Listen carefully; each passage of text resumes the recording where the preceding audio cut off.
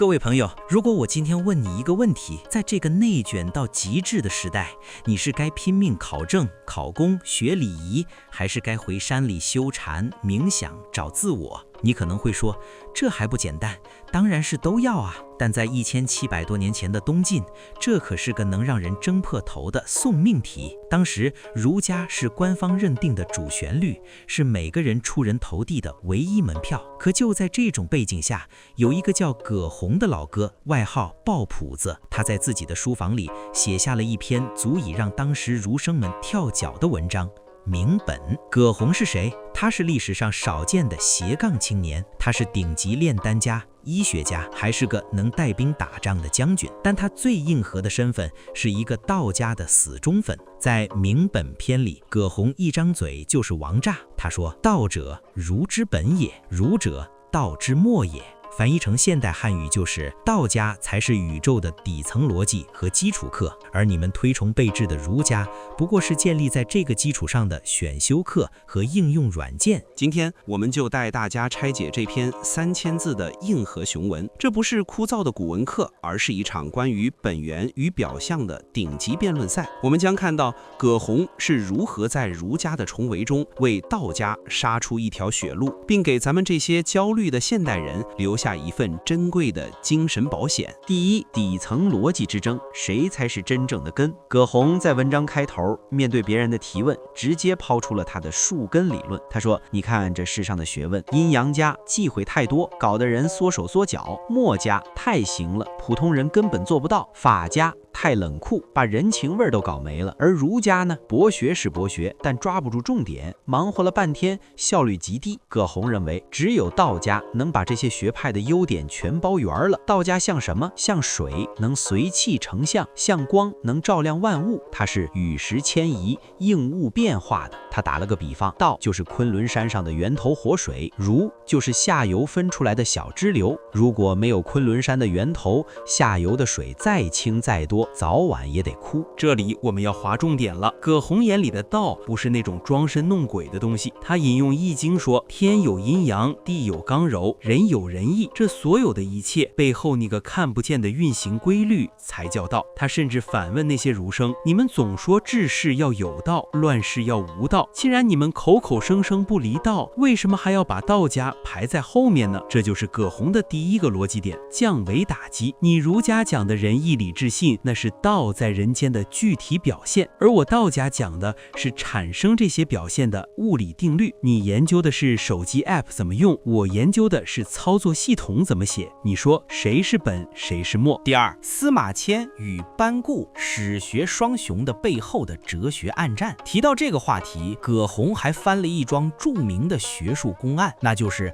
班固对司马迁的批评。班固在《汉书》里批评司马迁，说他先黄老而后六经，觉得司马迁思想觉悟不高，竟然把道家放在儒家前面，简直是谬误。但葛洪在这里表现出了极高的战术素养，他直接站出来给司马迁点赞。葛洪说，司马迁那是真正的洽文，他考察历史真相，不虚美，不隐恶。他的评论是原本于自然，他的褒贬是准得乎至理。而班固呢，葛洪评价的很损，班固啊就是个纯儒。什么叫纯儒？就是死读书，读死书，思维已经固化了。班固就像是一个只见过家养盆景的人，他无法理解原始森林的浩瀚。葛洪的意思是，司马迁之所以伟大，是因为他跳出了儒家的条条框框，站在一个更高的视角，也就是自然和道的视角去看待历史的兴衰。这给我们的现代启示是什么？就是在看待问题时，千万别被某种单一的价值观给框死。如果你只用一种眼光看世界，你看到的永远是局部的扭曲的真相。只有像司马迁那样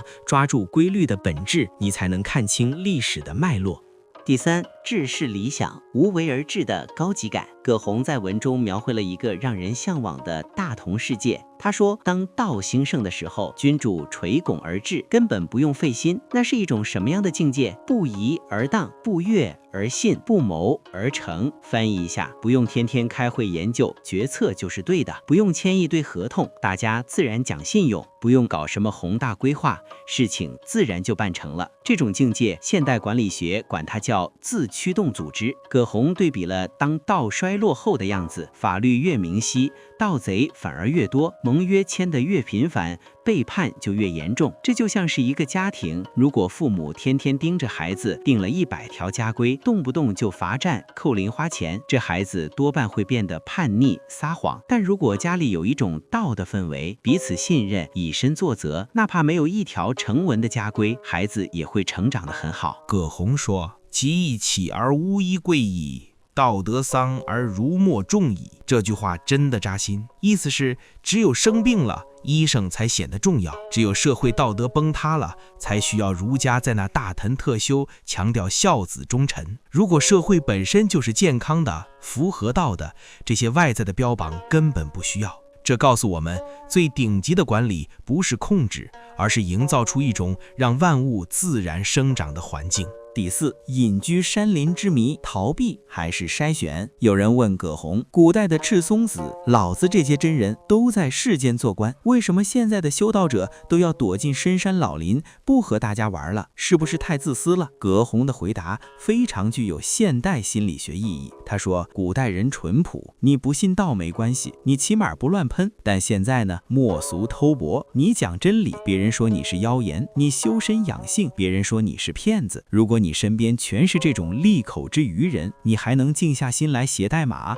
做研究，甚至炼丹吗？所以葛洪说，隐居不是因为山里有特殊的道，而是为了避浊，为了躲开那些臭鼠一般的琐碎应酬，躲开官府的莫名猜疑。他提出了一个阶梯理论，上士已经在战场和闹市中得到了刀枪不入，流言蜚语伤不到他，所以他在哪儿都行。下士还没到那个境界，定力不够，所以必须先找个安静的地方闭关。这就像我们现在，如果你想干成一件大事，你首先要做的就是关掉手机通知，屏蔽掉那些无意义的社交，给自己打造一个电子山林，这叫主动筛选环境。第5，儒道大对决，做事与做人的终极差异。葛洪在文末详细列举了儒道的小异，这段对比简直就是2套人生系统说明书。儒家的操作系统，工作内容圣将抚养、3000礼仪、攻守进去，核心动力祈福、名利、社会地位，沟通方式积极于名利，讲究研读不领、公文。道家的操作系统，工作内容外务气质、涤荡机变、忘后益贵，核心动力履正无欲，内心宁静，沟通方式抱一独善，习练教解。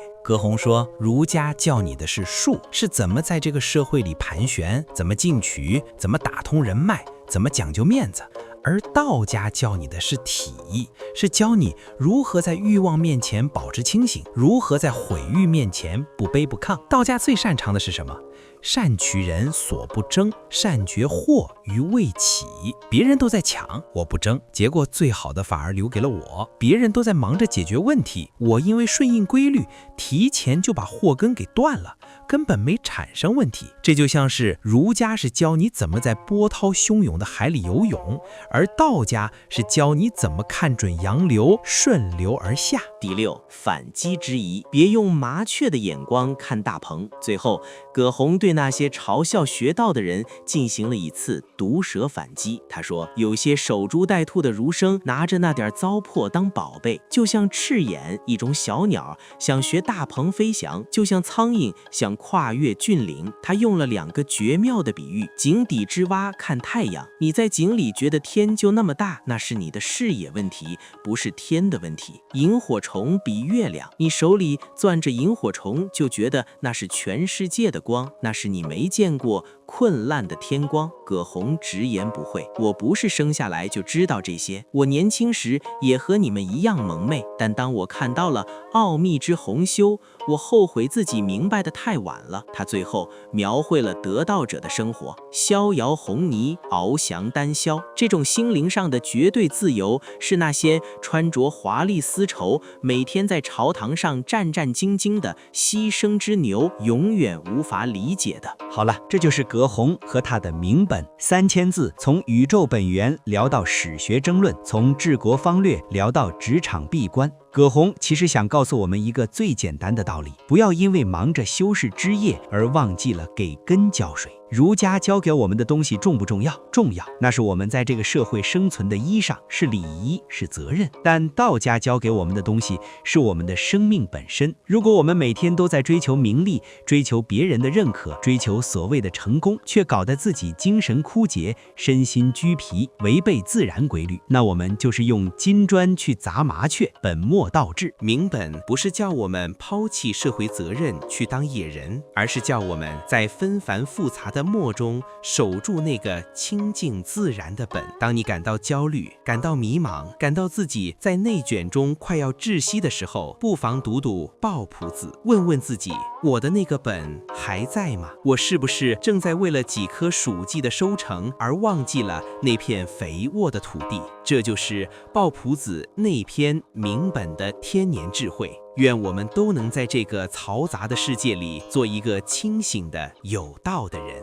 儒道的心理战，你是在演戏还是在生活？在明本的中后段，葛洪其实在讨论一个非常现代的话题——社交成本。葛洪说，儒家最忙的是什么？是升降俯仰之教，盘旋3000之仪。翻译一下，就是没完没了的仪式感和人情往来。你要研究怎么磕头才标准，怎么说话才得体，怎么在饭局上排座次。葛洪认为，这些东西虽然能维持社会秩序，但它极其消耗人的精神能量。而道家在干什么？涤荡机变，就是把脑子里那些算计、心机、套路全部清洗干净。儒家教你如何完美的演戏，而道家教你如何真实的生活。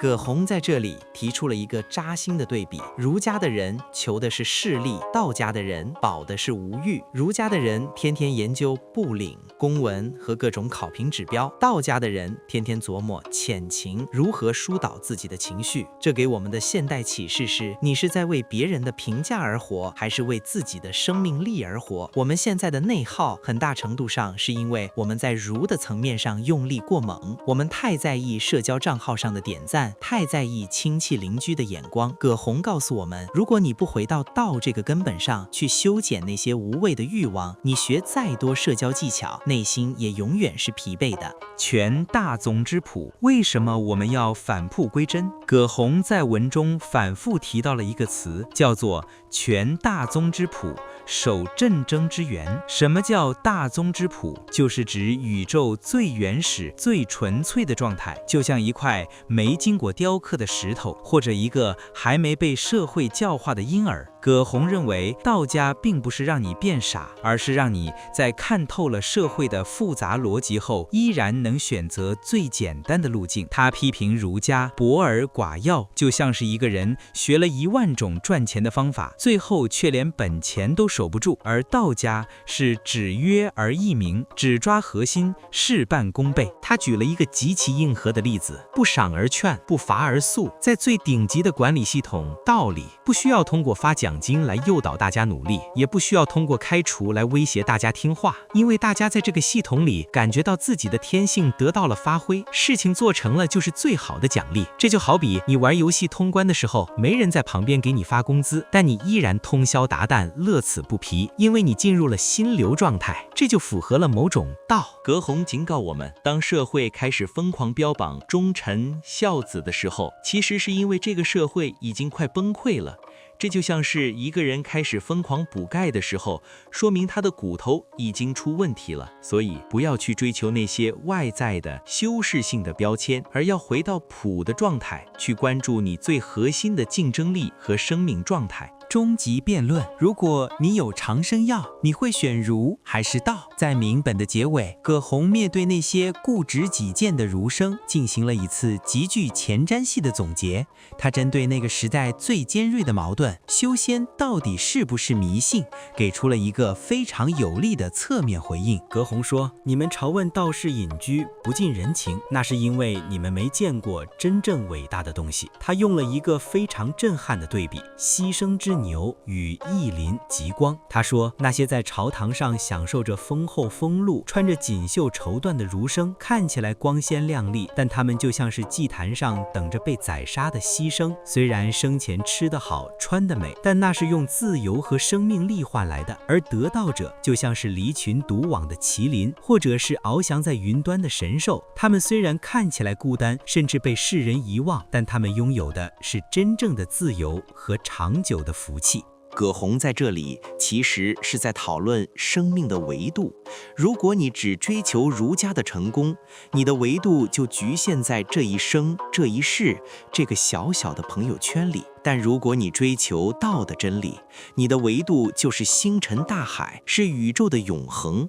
他反问那些讥笑他的人：你们觉得学道是小道，觉得长生是淡忘，但你们想过吗？皇帝治世达到了太平，最后又升仙了。他既完成了儒家的最高理想，又达到了道家的最高成就。既然如此，你们凭什么说黄老不如尧舜？最后，葛洪给出了一句振聋发聩的话：勿以少者为贵，多者为贱。庸俗的人总是成群结队的，而真理往往掌握在极少数人手里，所以班固这种随大流的多党受人欢迎是正常的，而司马迁、葛洪这种孤独的探索者不被理解也是正常的。现代启示录，在不确定的世界守住你的本。讲到这里，明本这篇雄文的脉络已经清晰了。葛洪写这篇文章不只是在为道家拉票，他是在给所有迷失在技术细节和社会角色里的人提个醒。在21世纪的今天，我们面临的挑战其实和葛洪那个时代没什么两样。我们被各种墨所包围， KPI、房贷、学历、人设、社交恐惧，我们丢失了我们的本：健康的身体、宁静的内心、对规律的敬畏、对自我的诚实。葛洪告诉我们，做个清醒的实用主义者，别拒绝儒家的礼仪和规则，那是你生存的工具，但千万别把它当成你生命的全部。学会精神闭关，哪怕你不在深山，每天也要给自己留出一点道的时间，切断那些损耗你精力的利口之愚人，顺应规律而非对抗规律。熬夜、透支、功利性社交，这些都是在损道。这种努力，葛洪管它叫劳而少功。我们要像葛洪说的那样，做一个博通古今、利便社微的人。当你有了一个道的底座，你再去处理儒家的事物，你会发现自己变得游刃有余，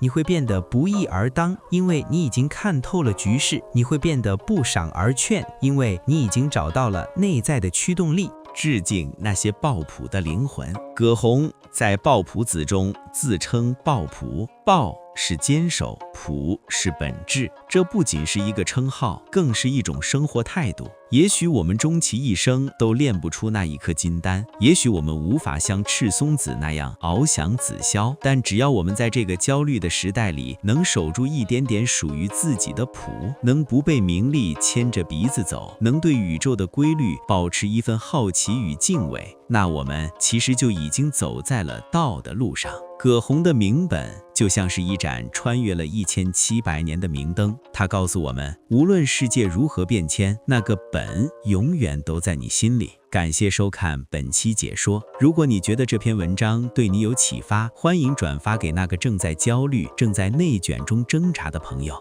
让我们一起在这个喧嚣的世界找回属于自己的本。这篇3000字的硬核解说就到这里了。其实抱朴子还有很多有趣的章节，比如怎么辨别假道士，怎么进行深山探险，甚至还有古代的黑科技实验。